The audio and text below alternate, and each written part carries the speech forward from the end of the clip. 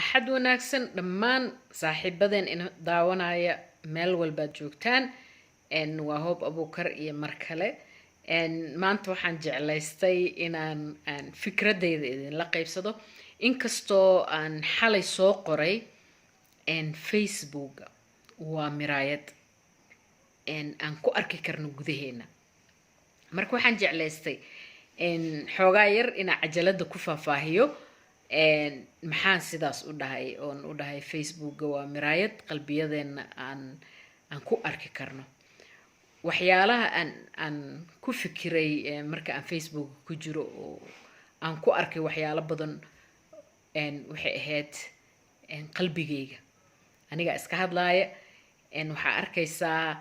Facebook qof baa wax soo qoraya qofkaas ma jeclid so marka facekiisa aragtid waxaa jeceshahay inaad iska gudbisid wuxuu ku tusayaa marka qalbigaaga ma jacayl baa ku jira mise nacayb baa ku jira yacni qofaadan aan rabin waxaa arkaysaa qof ayaa wax soo qoraya wixii uu soo qoray waa wax wanaagsan waa ka xumaanaysaa waxaa ku jira qalbigaaga masayr waxaan arkaysaa qof baa wax soo qoray wixii waad ka heshay kumaadan encourage garaynin ama kuma dhiirigelinin wixii wanaagsanaa uu sameeyey wixii baa qaadanaysaa adigiyaa samaynaya wuxuu noo caddaynayaa taasna inaan nahay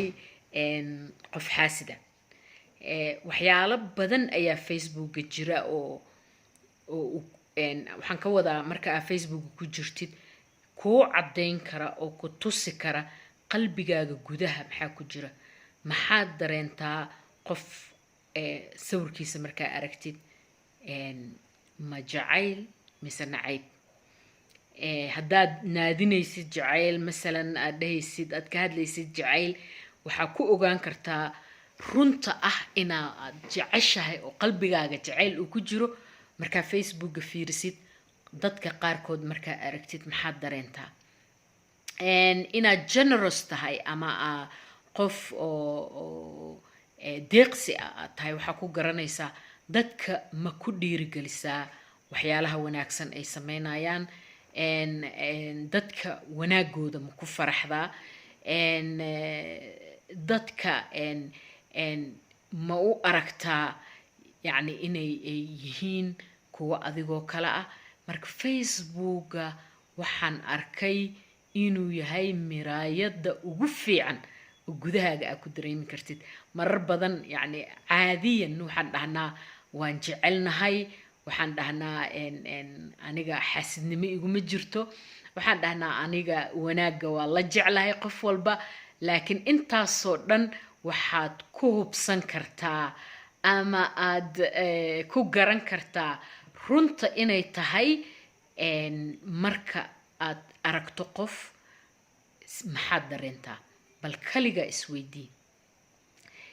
taas aan u dhahay Facebooka waa miraayada qalbiga midda kale Facebooka wuxuu ina tusayaa qofka aan nahay waxaa ku qiyaasi kartaa marka hadda aniga on wax idin soo duubayo ama aan idin la hadlaayo ma ahay isla qofkii markaan gurigayga joogo iska daa markaan gurigayga joogo ama markaan qof la jiro laakiin waxaa ka sii daran marka aan naftayda iyo aniga kaliya aan wada joogno marka sariirtaada aad joogtid oo habeenkii aan qofna kula joogin marka kaliya fikiraysid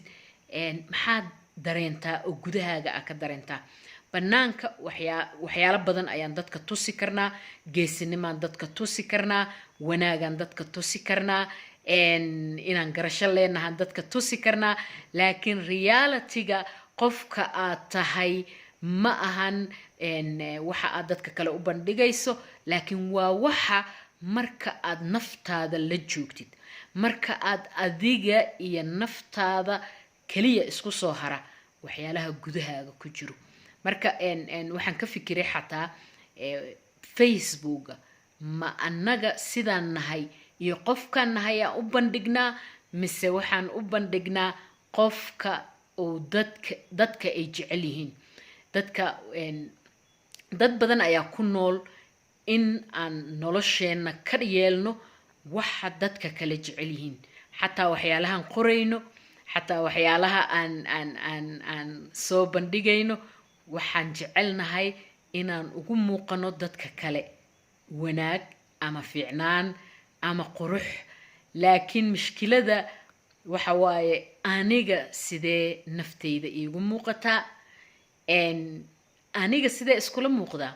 waa su-aal muhiima waxaan jeclaan lahaa saaxiibaday kuwa idaawanayo dhan inay ka fikiraan ma aniga dadka kale waxa uu jecel yahay ayaan jeclahay inaan u gudbiyo mise waxa aniga jeclahay waxa aniga ku fikiro sida aniga isku arko ayaa u gudbiyaa dadka kale waa challenge marka waxay u baahan tahay taasna in nafta lala hadlo waxa ugu fiican ama guusha ugu weyn uu bini aadanka gaari karo waa marka uu bilaabo inuu naftiisa runta kala hor imaado oo uu runta kula hadlo uu isweydiiyo oo uu naftiisa dhagaysto waxaan ugu wanaagsan oo miraayad kuu noqon karana waa facebooka dhammaan saaxiibaday waa idin salaamayaa waxaan idin leeyahay axad wanaagsan inkastoo axadda ay sii dhammaan rabto iyo kulan dambe kulligiin waa idin jeclahay markaan wax sheegayana nafti dadka uma sheego keliya laakiin naftaydana waa u sheegaa oo qalbigayga idinla qaybsadaa nabadda masiixa ha idinla jirto